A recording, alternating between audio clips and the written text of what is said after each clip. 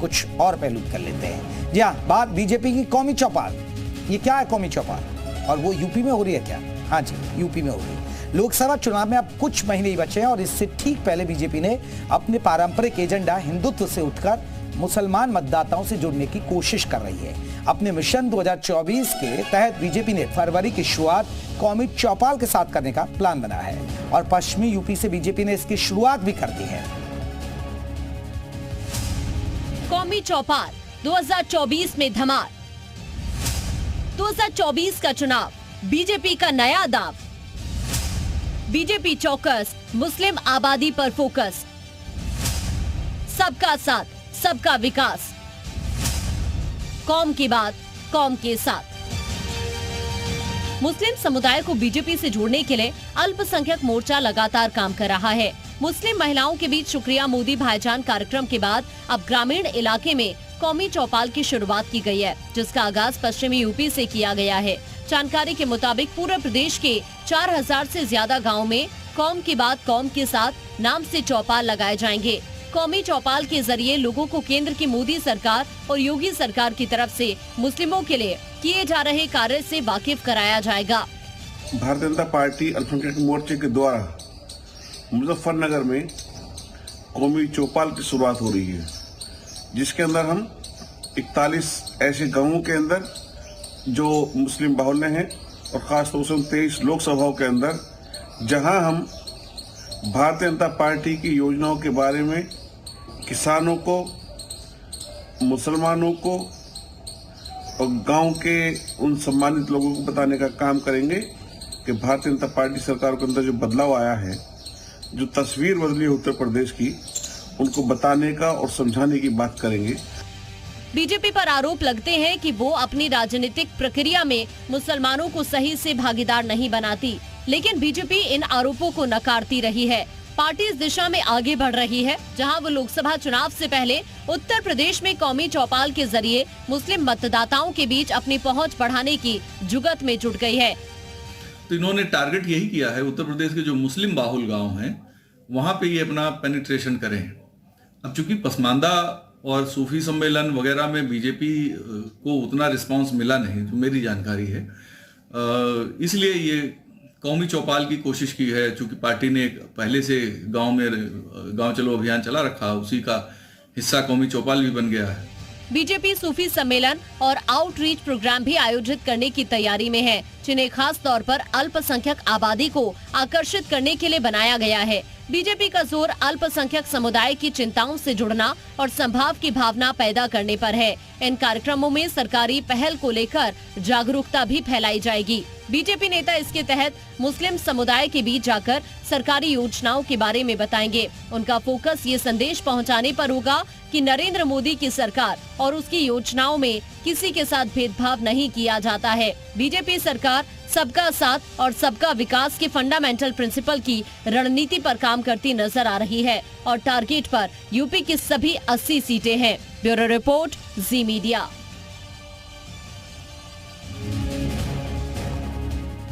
अब देखिए, आपको कौमी चौपाल के बारे में थोड़ा सा विस्तार से बताते हैं। बीजेपी देखिए 370 की बात कर रही है, 370 से ज्यादा सीटें बीजेपी जीतेगी और गठबंधन के लिए कह रही है कि हम 400 से ज्यादा जीतेंगे। लेकिन जीतेंगे तो क्या हिंदू वोटरों से हो जाएगा? अब हिंदू की आस्था के लिए राम मंदिर बन ही गया, धार्मिक स्थलों पर उनका ध्यान है, तो वो फोकस तो है ही, लेकिन मुस्लिम वोट भी तो चाहिए अगर आप 400 पार का नारा दे रहे हैं। इसलिए बीजेपी का इस पर भी नजर है। दरअसल बीजेपी मुस्लिम वोट बैंक में सेंध लगाने की तैयारी में है। अगर बीजेपी की बात करें तो मुस्लिम वोट की 2014 लोकसभा में देश में 8% मुसलमानों को वोट बीजेपी को मिला था। 2017 में 6% मिला था। वहीं 2019 लोकसभा चुनाव में बीजेपी को मुसलमानों के 8% वोट मिल गया था। ये देखिएगा, फर्क देखिएगा, 6 से 8 बढ़ गया था। अब वहीं 2022 विधानसभा चुनाव में यूपी में 8% मुसलमानों बीजेपी को वोट दिया था।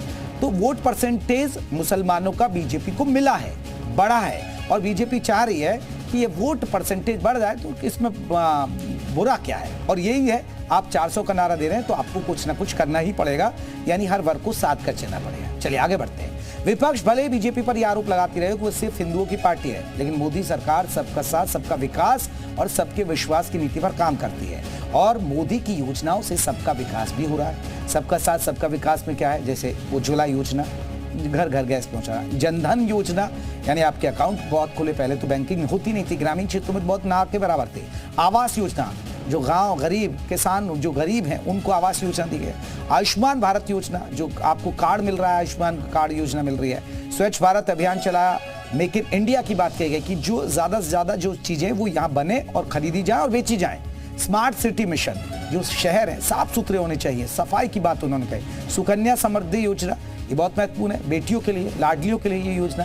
किसान सम्मान निधि योजना, पैसे आ रहे हैं किसानों के खाते में 6-6 हज़ार रुपए, खुश होते हैं। मुद्रा लोन योजना, यानी स्टार्टअप आप शुरू करना चाहते हैं तो मुद्रा लोन योजना, बहुत सारी चीजें हैं कि आपको मुद्रा लोन योजना मिल जाएगा, किसानों को बहुत सारी। तो ये योजना इन्हीं के सहारे बीजेपी जा रही है कि देखिए हम 400 के पार चले जाएंगे।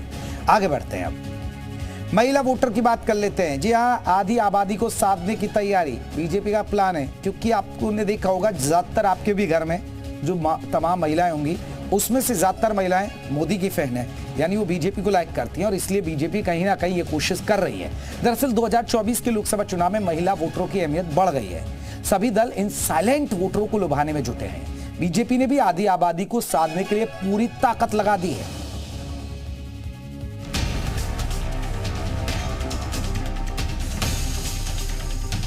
– 2024 की लड़ाई में महिला वोटर एक्स फैक्टर साबित होने वाली हैं।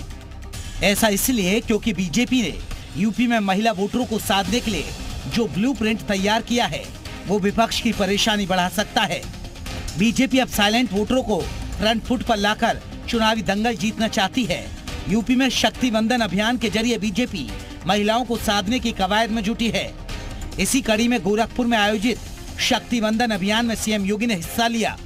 इस मौके पर सीएम योगी ने कहा कि यदि एक महिला आत्मनिर्भर होती है तो समाज स्वतः ही सशक्त होता है।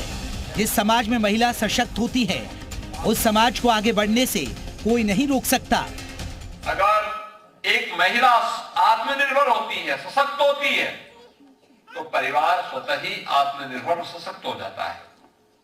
परिवार आत्मनिर्भर और सशक्त होता है तो सोसाइटी पर इसका असर पड़ता है, सोसाइटी सशक्त और सम्मानित होती है। सीएम योगी ने आधी आबादी को आत्मनिर्भरता का मंत्र दिया और कहा कि आधी आबादी को विकसित करके ही सरकार विकास की नई ऊंचाइयों को प्राप्त कर पाएगी। सरकार सभी महिलाओं को आश्वस्त करती है कि उनके हितों के लिए सरकार पूरी प्रतिबद्धता से कार्य करेगी। जो प्रतिनिधित्व तो अब तक होता नहीं था, बहुत कम नारी संसद में या विधानसभा में पहुंच पाती थी, अब किसी के चाहने और न चाहने से नहीं होगा, बल्कि 33% से अधिक सीटें महिलाओं के लिए वहां आरक्षित रहेंगी। वे वहां पर जाएंगी और वहां पर उस सीट पर केवल वही लड़की पाएंगी। सियासी जानकारों का मानना है कि सियासत में सारा खेल नैरेटिव का चलता है। उसके दम पर कई चुनाव लड़ लिए जाते हैं, वोट भी मिलते हैं और पार्टी उस सियासत का पूरा फायदा उठा लेती है। इस समय बीजेपी को भी वो फायदा अपनी आंखों के सामने साफ दिख रहा है। उत्तर प्रदेश की योगी सरकार महिलाओं के लिए लगातार काम कर रही है, चाहे एंटी रोमियो स्क्वाड गठित करने की बात हो या नारी शक्ति के कार्यक्रम चलाने हो या फिर नारी शक्ति वंदन स्कीम। और आधी आबादी निश्चित तौर पे महिलाओं की है और देखिए लोगों में जागरूकता बहुत बढ़ गई है, महिलाओं में खास तौर पे। पिछले कुछ चुनावों के ट्रेंड बताते कि इस समय महिलाओं की पहली पसंद बीजेपी बन चुकी है। इसमें कोई दो राय नहीं कि जिसने आधी आबादी को साध लिया वो किसी भी चुनावी समीकरण को ध्वस्त करने का मादा रखता है। अब देखना ये होगा कि यूपी चुनाव में बीजेपी ने जो नारी शक्ति को लेकर नैरेटिव सेट किया है उसका फायदा उसे 2024 में कितना मिलता है। ब्यूरो रिपोर्ट, जी मीडिया। तो आधी आबादी को जो साधने की तैयारी हो रही है, अब उसके पीछे समझ लीजिए वजह क्या है और कितनी महिलाओं की तादाद है हमारे देश में, जानना बेहद जरूरी है आपके लिए। दरअसल देश में 45 करोड़ से ज्यादा महिला वोटर हैं, 45 करोड़ से भी ज्यादा। और यूपी अकेले, अगर हम यूपी की बात करें तो 7.5 करोड़ महिला वोटर हैं। अगर ये वोट बैंक आता है तो आधी आबादी सज जाती है। महिला साइलेंट वोटर्स की भूमिका में होती है, वो बहुत ये नहीं कहती हम उसको डालेंगे उसको डालेंगे, वो चुप रखती है अपना वोट। राजनीतिक वाद विवाद में उलझती नहीं है महिलाएं। अमूमन देखा होगा कि चौपालों पे मर्द लोग ही बात करते हैं राजनीति की, कभी राजनीतिक चर्चा करती नहीं है, दिखती है महिलाएं चुनावी बाजी पलटने में। लेकिन सबसे बड़ा हाथ होता है वो चुपके से डाल देंगे, किसी को पता नहीं चलेगा किसको वोट डाल के आई है। इनका एक पक्का राजनीतिक मत होता है, यानी अगर मोदी के साथ है तो मोदी, योगी के साथ है तो योगी के साथ है, सपा के साथ है तो सपा, एक मत बना लेती है। राजनीतिक गणित में हाशिए पर रहती हैं। राजनीतिक गणित में लोग सोचते हैं कि चलिए महिला क्या है, वो तो परिवार के कहने पर देंगे, लेकिन महिलाएं जागरूक हुए हैं। पीएम मोदी बता चुके हैं इनको साइलेंट वोटर। पिछले कई चुनावों में साइलेंट वोटर की अहम भूमिका रही है, और अहम भूमिका यानी महिला ही साइलेंट वोटर है, और जिसका प्रधानमंत्री मोदी बार बार जिक्र करते हैं। ये है दरअसल आधी आबादी को साधने के लिए। चलिए बात कर लेते हैं